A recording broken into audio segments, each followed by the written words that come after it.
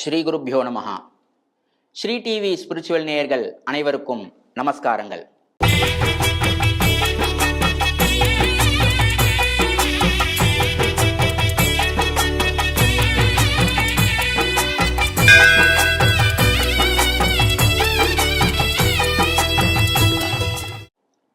இன்றைய ஆலய ரகசியத்தில் மிகவும் முக்கியமாக இருக்கக்கூடிய ஒரு விஷயத்தை பற்றி நாம் பார்க்க போகிறோம்.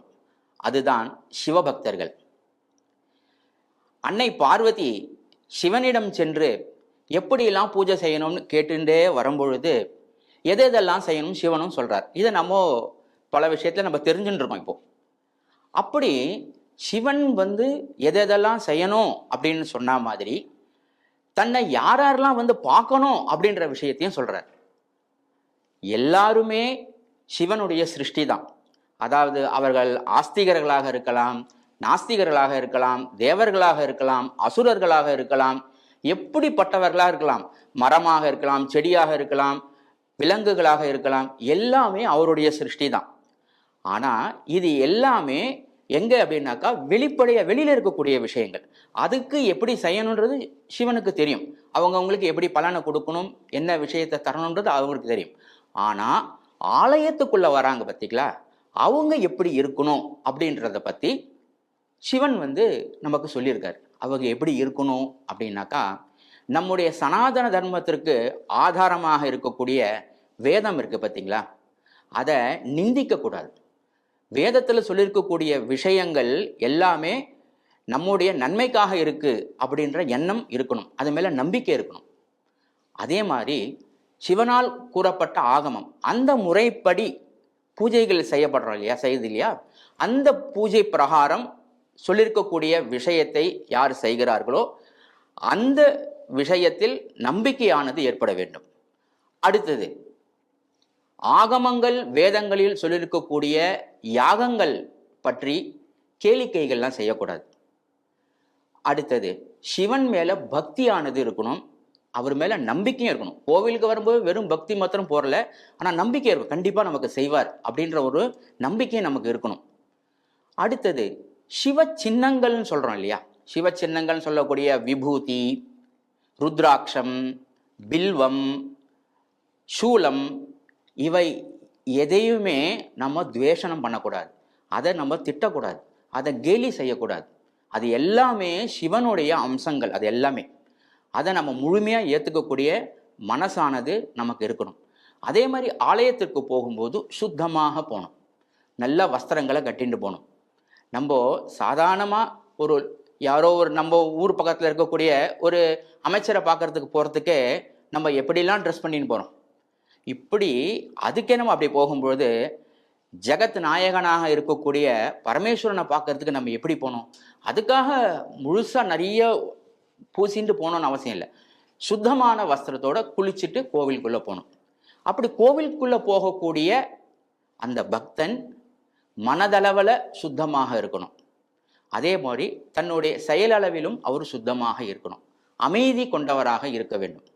இப்படி ஆலயத்துக்குள்ள செல்றதுக்கு முன்னாடி தன்னுடைய கால், கை இவைகளை சுத்தம் செய்து கொண்டு அதுக்கப்புறம் தான் கோவிலுக்குள்ளே போகணும். ஆனால் நமக்கெல்லாம் இன்னைக்கு என்ன பழக்கம் இருக்குன்னாக்கா, கோவிலுக்கு உள்ளே போய் அதுக்கப்புறம் நம்ம கால் கைகளை சுத்தம் செய்கிறோம். ஆனால் அப்படி கிடையாது. கோவிலுக்கு வெளியிலேயே சுத்தம் பண்ணிட்டு தான் உள்ளே வரணும். ஏன்னா தேகோ தேவாலய புரோக்தா, இந்த தேவாலயமே ஒரு உடம்பு, சுவாமியினுடைய உடம்பாக இருக்கு. அப்போ அந்த உடம்புக்குள்ளே நுழையிறதுக்கு முன்னாடியே நம்ம சுத்தம் பண்ணிட்டு தானே போனோம். இப்படி தன்னை சுத்தம் பண்ணிட்டு போகக்கூடிய அந்த பக்தனுக்காக இந்த பகவான், இந்த சிவபெருமான் காத்து கொண்டிருப்பார். அவரை வா வா என்று அவர் அழைக்கிறார். ஆனால் இதுக்கு மாறாக இருக்கக்கூடிய மனிதர்கள் யாராவது கோவிலுக்குள்ள வராங்க அப்படின்னாக்கா, சிவனே சொல்றாரு, எனக்கு இவங்களெல்லாம் பார்க்கறதுக்கு விருப்பம் இல்லை, அதனால எனக்கு முன்னாடி இருக்கக்கூடிய இந்த திரையை போட்டுறேன் அப்படின்னு அவரே சொல்றாரு. ஏன் அப்படின்னாக்கா, சிவனுக்கு இவர்களெல்லாம் பார்க்கறதுக்கு விருப்பம் இல்லை. இப்போ அடுத்தது, நம்ம சுவாமிக்கு ஒருத்தர் புஷ்பம் சாத்துறாரு, அதாவது பூ சாத்துறாரு. அந்த பூ சாத்துறதுனால ஒருத்தர் மோட்சத்தை அடைகிறார். அதே பூனால மன்மதன் அப்படின்றவர் சிவனுக்கு பூவை, அதாவது பானத்தை அவர் மேலே போடுறாரு. அந்த பானத்தினால என்ன பண்றாரு சிவன், கோபம் அடைஞ்சு மன்மதனை எரிச்சிடுறாரு. இப்ப பாருங்க, இவரும் பூவை தான் போட்டாரு, அவரும் பூவை தான் போட்டார். ஆனா அவங்களுடைய எண்ணமானது வித்தியாசப்படுது. முதலானவர் என்ன, பக்தியினால அவருக்கு பூவை சாத்துறாரு. ரெண்டாவது வந்தார் இல்லையா, மன்மதன் இருக்கார் இல்லையா, அவரு என்ன பண்றாருனாக்கா சிவனையே பிளக்கணும்னு நினைக்கிறார். அவர் மனசை பிளந்து அந்த இடத்துல ஒரு காமத்தை விளைவிக்கணும் அவர் நினைக்கிறார். அப்படிப்பட்டவருக்கு ஏற்றபடியான பலனையும் அவர் கொடுக்கிறார். அதனால சாத்திர பூ ஒன்னாக இருந்தாலும் நம்முடைய எண்ணம் இருக்கு பார்த்தீங்களா, அதை உத்தேசிச்சு தான் சிவபெருமான் அனுகிரகம் செய்வார். அந்த எண்ணம் மட்டுமே, அந்த பக்தி மட்டுமே தான் சிவபெருமான் எதிர்பார்க்கிறார். அவர் கோவிலுக்குள்ள போகும்போது எனக்கு இதை எடுத்துட்டு வா, நிறைய தங்கங்கள் எடுத்துன்னு வாலாம் கேட்கல. பத்திரம், புஷ்பம், பழம், தோயம், இதுல எது கொடுத்தாலும் எனக்கு போதுன்றார். வரும்போது ஒரு பத்திரம் வாங்கிட்டு வா, பில்வமா இருக்கலாம், வேற ஏதாவது நல்ல பத்திரங்கள், வாசனை நிறைந்த பூ ஏதாவது எடுத்துட்டு வா. பத்திரம், புஷ்பம், அதே மாதிரி நிறைய விலை உயர்ந்த பூக்கள்லாம் எனக்கு தேவையில்லை, உங்க வீட்டில் இருக்கக்கூடிய பூ எடுத்துட்டு வா, அதுதான் ரொம்ப உத்தமமானது. அதே மாதிரி உங்க வீட்டில் இருக்கக்கூடிய பழம் நீங்க வாங்கியிருக்க அது எனக்கு எடுத்து வந்து கொடு. அதே மாதிரி ஜலம், தோயம்னா ஜலம், எனக்கு அபிஷேகத்துக்கு தேவையான ஜலத்துக்கான ஏற்பாடுகளை செஞ்சு கொடு, இது எனக்கு போதும், இதுலயே நான் சந்தோஷம் அடைகிறேன் அப்படின்னு சொல்லிட்டு சொல்றாரு. அதே மாதிரி சிவன் தனக்குன்னு ஒரு தனிமையையும் சில நேரத்தை எதிர்பார்க்கிறார். இதெல்லாமும் பக்தர்கள் தெரிஞ்சுக்க வேண்டிய விஷயம். தனிமையை என்னன்னாக்கா அதை தான் மாத்திரமே செஞ்சுக்கணும்னு ஆசைப்படுறார். அந்த இடத்துல யாரும் தன்னை எந்த ஒரு நடுவில் கஷ்டத்தை அவருக்கு கொடுக்கக்கூடாதுன்னு அவர் விருப்பப்படுறார். எப்படிப்பட்டது அப்படின்னாக்கா 3 விஷயத்துல. ஒன்று, அவருக்கு அபிஷேகம் பண்ணும் பொழுது. அடுத்தது, அவருக்கு அர்ச்சனை பண்ணும் பொழுது. அர்ச்சனைனா உள்ள பூஜைகள்லாம் பண்ணுவாங்க, சுவாமிக்கு பஞ்சாசனம், பஞ்சாவரண பூஜைகள்லாம் பண்ணுவாங்க. இந்த பூஜைகள்லாம் பண்ணும் பொழுது. அதே மாதிரி நைவேத்தியம். இந்த 3 காலத்திலையும் திரை போட்டு தான் செய்யணும் அப்படின்னு சுவாமி சொல்றாரு. இது எனக்கான ஒரு தனிப்பட்ட இருக்கக்கூடிய ஒரு சமயம். இந்த நேரத்துல என்னை யாரும் என்ன சொல்ல, என்னை கஷ்டப்படுத்தாதீங்க, எனக்கு உங்களை பார்க்க முடியலன்னு எனக்கு அந்த வருத்தத்தை கொடுக்காதீங்கன்னு சுவாமி சொல்றாரு. இப்படி இருக்கக்கூடிய இந்த ஒரு விஷயத்தை பக்தர்கள் எல்லாருமே தெரிஞ்சுக்கணும். அடுத்தது, கோவிலுக்கு வந்தா இதை செய்யலாம், இதை செய்யக்கூடாது அப்படின்னு ஆகமம் நிறைய விஷயங்களை சொல்றது. அதுல 1-2 மாத்திரம் நம்ம இப்ப பார்ப்போம். கோவிலுக்கு போன உடனே தீபம் நம்ம ஏற்றுறோம். எத்தனை தீபங்கள் வேணாலும் சுவாமிக்கு ஏற்றலாம். அது அவர் காலையில் ஏற்றலாம், மாலையில் அப்படிலாம் கிடையாது. நீங்க எப்போ வேணாலும் அவருக்கு தீபம் ஏற்றலாம். ஆனா அதுக்கு உரிய இடத்துல நம்ம தீபம் ஏற்றணும். அதே மாதிரி சுவாமியினுடைய காலண்டர் எடுத்துன்னு போய் வைக்கிறது, அவருக்கு கொஞ்சம் நம்ம ஏற்றுறது அப்பதான் தெரியும் அப்படின்னு நினைச்சோம் அப்படின்னாக்கா அப்படி கிடையாது. நம்ம ஏற்றினாலே போகிறோம், அவருக்கு புரியும். அப்போ தீபங்கள்லாம் நிறைய ஏற்றி வைக்கிறது, இது நமக்கு செய்யலாம். இது செய்த நிறைய பக்தர்கள்லாம் இருக்கார்கள், அடியார்கள்லாம் நிறைய பேர் அதனால நல் கதியெல்லாம் அடைஞ்சிருக்காங்க. அப்போ இத மாதிரி தீபத்தை ஏத்துறது நல்லது. ஆனா இந்த தீபத்தை ஏத்திட்டு ஒரு தட்டில் வச்சு நம்ம சுவாமிக்கு முன்னாடி இப்படி எடுத்துன்னு போய் காமிப்போம். அப்படி செய்யலாமா அப்படின்னாக்கா செய்யக்கூடாது அப்படின்னு ஆகம சாஸ்திரம் சொல்லுது. நம்ம தீபத்தை தான் ஏத்தலாம். நம்ம 63 நாயன்மார்கள்லாம் கூட நீங்க பாருங்க, யாருமே சுவாமிக்கு முன்னாடி போய் இப்படிலாம் எல்லாரும் அவருக்கு ஸ்துதி, கோவிலில் தீபம் ஏற்றுவாங்க. அதை மாதிரி தான் அவங்க செஞ்சு சிவனுடைய அனுகிரகத்தை அவங்க எல்லாமே பெற்றார்கள். அதனால தீபத்தை அதை மாதிரி சுவாமிக்கு முன்னாடி காமிச்சிட்டு அதுக்கப்புறம் எடுத்து போய் வைக்கிறதுன்றது நம்ம செய்யக்கூடாது. அதுக்குன்னே ஒருத்தர் உள்ள இருக்கார், அவரு தான் அதை செய்யணும். அடுத்தது விபூதி. கோவிலுக்கு உள்ள போனோடனே அர்ச்சகர் நமக்கு விபூதி தரார் இல்லையா, அந்த விபூதியை வாங்கின உடனே பொதுவாக நம்மளுடைய பழக்கம் என்ன இருக்கு அப்படின்னாக்கா, வாங்கின உடனே இப்படி போட்டுப்போம், கையில இப்படி போட்டு அதை இப்படி எடுத்து இப்படி இட்டுப்போம். அதுவும் ஒருவேளை பக்கத்திலே கண்ணாடி ஏதாவது இருந்தால் அந்த கண்ணாடியும் பார்த்து இட்டுப்போம். கண்ணாடியை பார்த்து விபூதி இட்டுண்டா அடுத்த ஜென்மத்தில் அவர்கள் கழுதையாக பிறப்பார்கள் அப்படின்னு சொல்லியிருக்கு.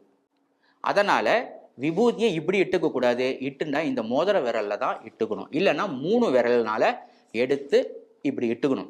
அப்படி இட்டுக்கும் போது கூட எப்படின்னாக்கா இடது கையில போட்டுக்கவே கூடாது. அதை நம்ம அர்ச்சகர் கொடுக்கும்போது வாங்கிக்கிறோம், வாங்கி அது கைக்கு முன்னாடி இப்படி எடுத்துன்னு வந்துடணும். எடுத்துன்னு வந்துட்டு இந்த இடத்துல இப்படி தடவிட்டு அதை என்ன பண்ணோம், முதல் தலையில இப்படி போட்டுன்ட்டு அடுத்தது இந்த விபூதி இப்படி எடுத்து இப்படி சுத்தி வரணும். நம்ம இப்படிலாம் இடக்கூடாது, இப்படி சுத்தி எடுத்துன்னு வரணும். அதுதான் விபூதி இட்டுக்கிறதுக்கான லட்சணம். அதே மாதிரி விபூதி இடும்போது சில பேர் இப்படி குனிஞ்சுண்டு விபூதி இட்டுப்பாங்க, அப்படி பண்ணக்கூடாது. விபூதி கொடுத்து வாங்கி இப்படி தலையை தூக்கி அப்படிதான் விபூதியை இட்டுக்கணும்.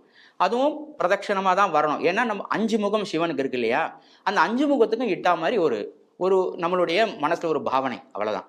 அதனால பிரதட்சணமா வரணும் அப்படின்றது இதனுடைய தாத்பரியம். இதை எதை செய்யலாம் செய்யக்கூடாது, அதனால சொன்னது சிலது செய்யலாம் சிலது செய்யக்கூடாதுன்னு சொல்லிட்டேன்.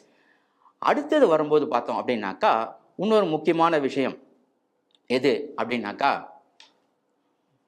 கோவிலுக்குள்ள போன உடனே அசுத்தங்கள் பண்றது, அதாவது செவுத்துல எழுதுறது, இந்த மாதிரி விஷயங்கள் செய்யக்கூடாது.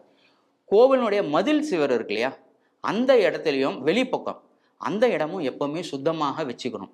ஏன்னா இங்க ஹோமம் பண்ணக்கூடிய விஷயங்கள் எல்லாம் லோகத்தில் இருக்கவங்களுக்கு எல்லாருக்கும் நன்மையை சேர்க்கணும். ஆனா அங்க இருக்கக்கூடிய அசுத்தம் அதை முற்றிலும் அதை அழிச்சிடும். அதனால இதெல்லாம் இது எல்லாமே சிவபக்தர்களுடைய மிகவும் முக்கியமான கடமையாக இருக்கு. இதெல்லாம் எனக்கு செய்யணும் அப்படின்னு சிவன் சொல்றார்.